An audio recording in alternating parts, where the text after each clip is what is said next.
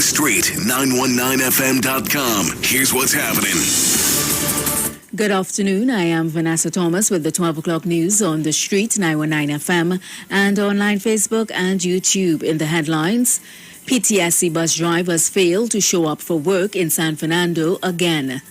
The Finance Ministry and the National Insurance Board examine proposal to increase pension age from 60 to 65.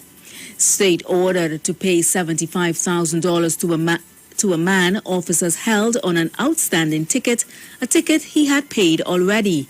And internationally, a 9-year-old girl is charged with the killing of her 4-year-old brother.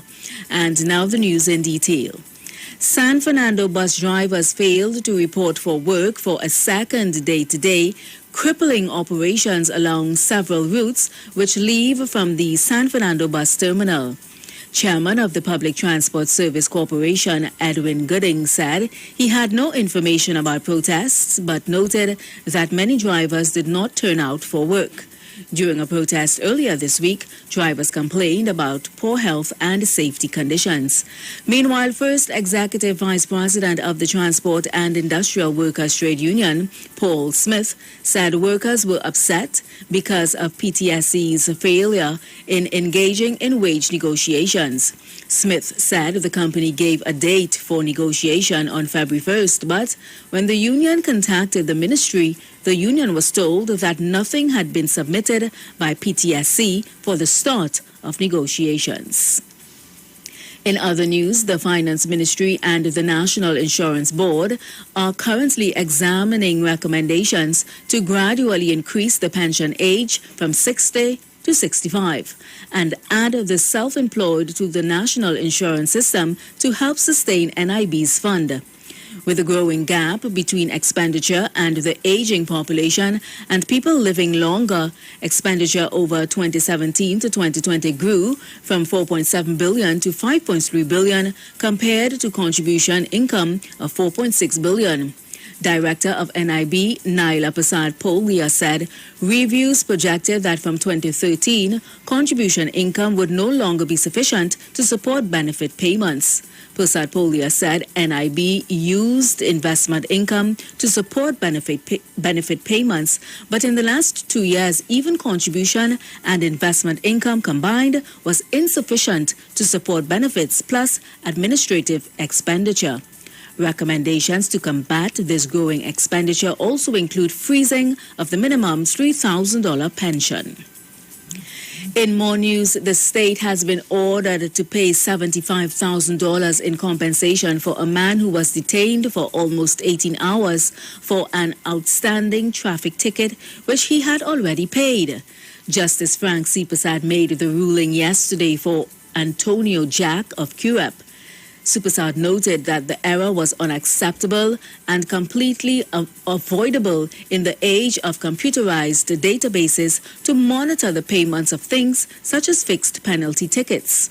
On July 28, 2017, Jack was issued a $1,000 ticket for exceeding the speed limit by 26 kilometers per hour, and he paid it 2 months later. However, around 1 a.m. on February 22, 2019, he was arrested when officers executed a warrant at his home for failure to pay the ticket. Jack told the officers he had the receipt to prove he did pay the ticket. However, he was ignored and taken to the St. Joseph police station. He was kept there before being transferred to the Tunapuna police station, before then being transferred to the Golden Grove State Prison in Aruca. He was only released after a relative paid the ticket a second time. Smith then brought a lawsuit against the state, saying his constitutional rights had been breached in the incident. Internationally, a 9-year-old Alabama girl has been charged in the death of her 4-year-old brother after she allegedly used a broomstick to viciously beat him. Authorities said the beaten boy was pronounced dead at the house, where officers had been called to a medical emergency last Thursday morning. The children's aunt and legal guardian told investigators that she woke up to the sound of children screaming and saw the girl hitting her brother with a broomstick. Court documents stated that the girl willfully tortured and willfully abused her brother by cruelly beating him to death.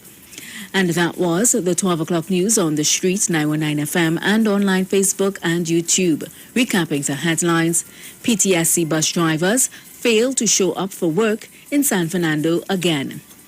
The Finance Ministry and the National Insurance Board examine proposal to increase pension age from 60 to 65. State order to pay $75,000 to a man officers held on an outstanding ticket, a ticket he had paid already. And internationally, a 9-year-old girl is charged with the killing of her 4-year-old brother. Do enjoy your afternoon and continue to be safe. I am Vanessa Thomas.